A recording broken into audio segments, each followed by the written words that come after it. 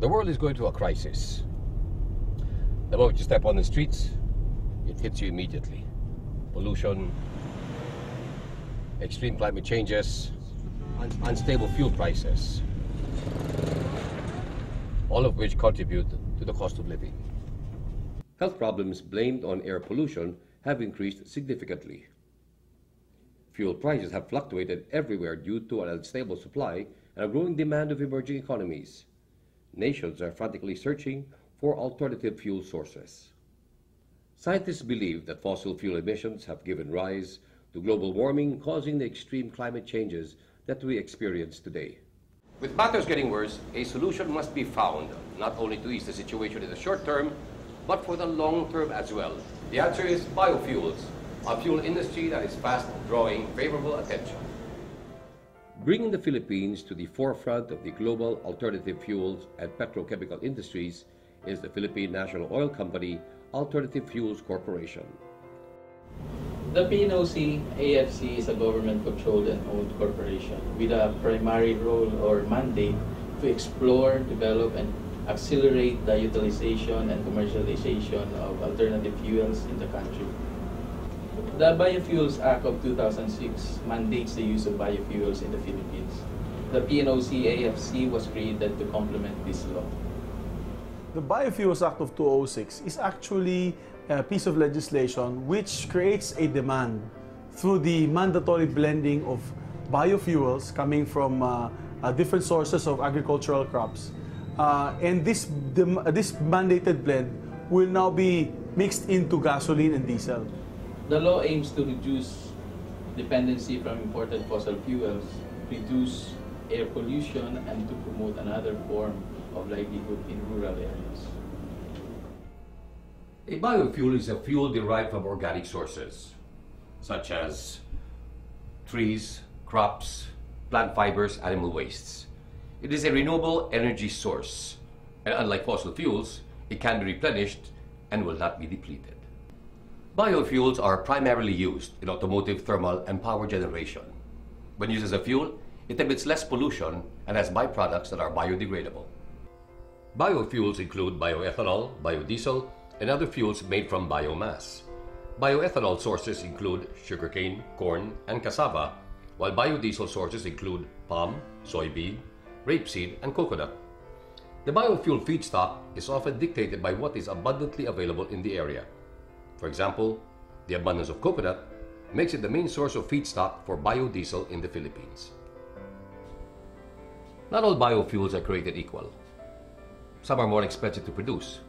Others take a long time to stockpile enough raw material to produce a significant amount of fuel. There has also been a debate on how the biofuel industry adds to the current food shortage crisis because of food crops and farmland are used as biofuel material. And coconut oil, the country's only source of biodiesel, is a highly traded commodity, causing its price to be subject to volatility. The goal now is to find the most ideal source of biofuel.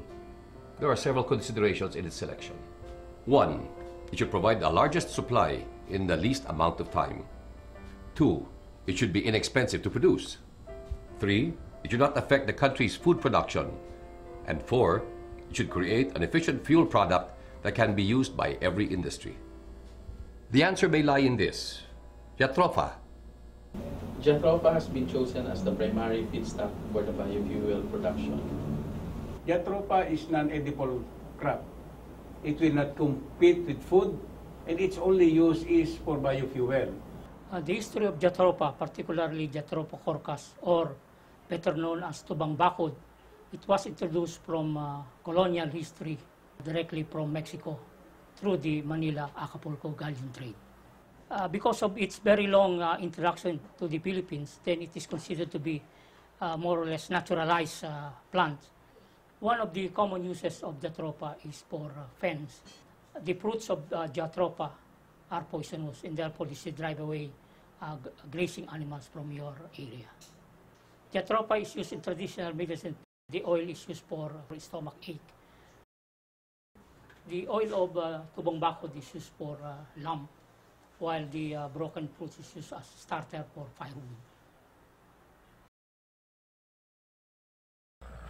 Jatropha can be found in homestead, usually in fences. It thrives very well in tropical and subtropical climates. It holds enough water to survive the driest seasons. Can grow anywhere, even on land that doesn't support food crops. That means it doesn't cost much to grow these plants and you can use whatever extra lands. Oh yes, we can use available idle and marginal lands. Plus it has a strong root system that makes it a good tool for reforestation and soil erosion control. So how do we plan to harness Jatropha as a major fuel source? Starting third year, given proper conditions and requirements, a hectare of land can produce about 5,750 kilograms of seeds or about 1,500 liters of oil per annum. What are the advantages of propagating Jatropha for biofuel over the other sources? Well, it has a shorter fruit-bearing period and has a higher oil yield than other sources. The maintenance cost is low and doesn't compete with food. What exactly do you mean by not competing with food? Well, we don't want to disrupt the country's food production. Since Jatropha can survive almost anywhere, we recommended using idle lands for its plantation and not lands used for, food crops. Yeah, but if a farm has existing crops, is it still possible to plant Jatropha? Yes, of course. If there's enough space available between Jatropha plants, we can intercrop Jatropha with almost all other kinds of crops, especially those shade-loving crops like sweet potato, ginger, and so on. Do we have enough land in the country for planting Jatropha?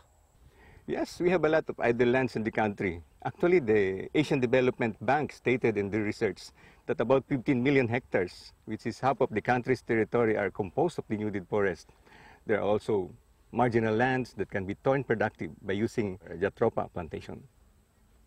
When the Jatropha fruit turns from green to yellow or dark brown, the seeds can be gathered. When you open up a Jatropha fruit, you will see 3 seeds. These seeds can be used for replanting.